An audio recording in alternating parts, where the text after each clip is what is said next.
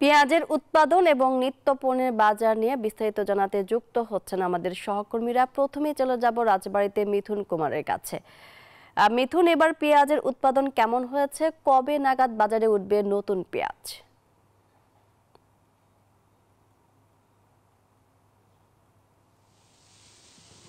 ধন্যবাদ।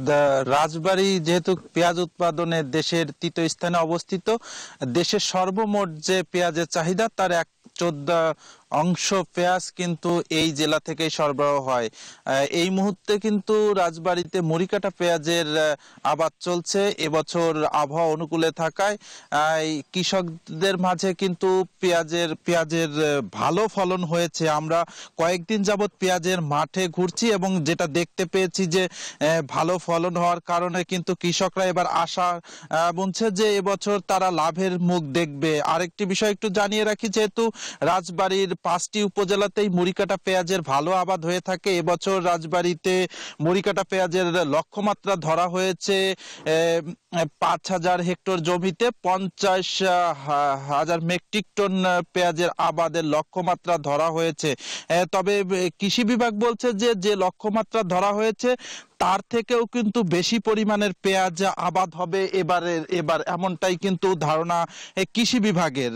আর কৃষকরা বলছে যে আগামী 10 থেকে 15 দিনের মধ্যেই যে পেঁয়াজটি বাজারে উঠতে শুরু করবে, ফলে বাজারে যে অস্থিরতা বা পেঁয়াজের দাম বৃদ্ধির ব্যাপারটি রয়েছে সেটি কিন্তু অনেকটাই কমে যাবে, এমনটাই প্রত্যাশা করছে রাজবাড়ীর কৃষকেরা। আরেকটি বিষয় একটু জানিয়ে রাখি, এবছর যেহেতু কৃষকদের পেঁয়াজ উৎপাদন করতে যথেষ্ট বেগ পেতে হয়েছে বা খরচ বেশি হয়েছে, তার জন্য কৃষকরা বলছে যে বাইরে থেকে যাতে পেঁয়াজ আমদানি না করা হয়। আমি এই মুহূর্তে চলে যাব বগুড়াতে। বগুড়ার বাজারের খবর জানাতে যুক্ত হবেন বাবু।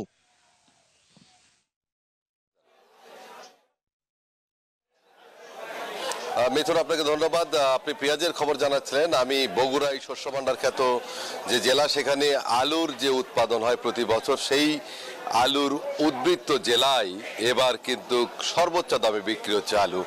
গতকাল যে আলু 72 টাকা থেকে 76 টাকা বিক্রি হয়েছে, সেই আলু আজকে 80 টাকা কেজিতে বিক্রি হয়েছে, যা এই মৌসুমে শুধু নয়, গত 20 বছরের মধ্যে সর্বোচ্চ দামে বিক্রি হচ্ছে খুচরা বাজারে আলু। পাকড়ি এবং কার্ডিনাল বা হল্যান্ডার জাতের যে আলু, স্টিক জাতের আলু, সেটা কিন্তু 50-55 ছিল। এরপরে আস্তে আস্তে বাড়তে বাড়তে শেষ মৌসুমের শেষ পর্যায়ে এসে কিন্তু এখন 80 টাকা কেজিতে বিক্রি হচ্ছে। ব্যবসায়ীরা বলছে যে কোল্ড স্টোরেজ থেকে দাম বেড়ে যাওয়ার কারণেই তারা পাইকারি এবং খুচরা বাজারে দাম বাড়াতে বাধ্য হচ্ছেন, যেহেতু আলু প্রায় শেষ পর্যায়ে। চলতি মৌসুমে ইতিমধ্যে আগাম জাতের আলু চাষাবাদ শুরু হয়েছে এবং বেশ কিছু আলু বাজারেও এসেছে। সেই আলু সরবরাহগুলো আরো বাড়লে হয়তো বা দাম কমে যাবে, কিন্তু 80 টাকা কেজিতে আলু বিক্রি হতে ক্রেতাদের মাঝে নাভিশ্বাস রয়েছে। সাধারণ ক্রেতারা কিন্তু নানা প্রশ্ন করছে এবং সব মিলিয়ে বগুড়ার বাজারে শুধু আলু নয়, পেঁয়াজের দামটাও বেশ বেশি রয়েছে। 120 টাকা কেজিতে বিক্রি হচ্ছে।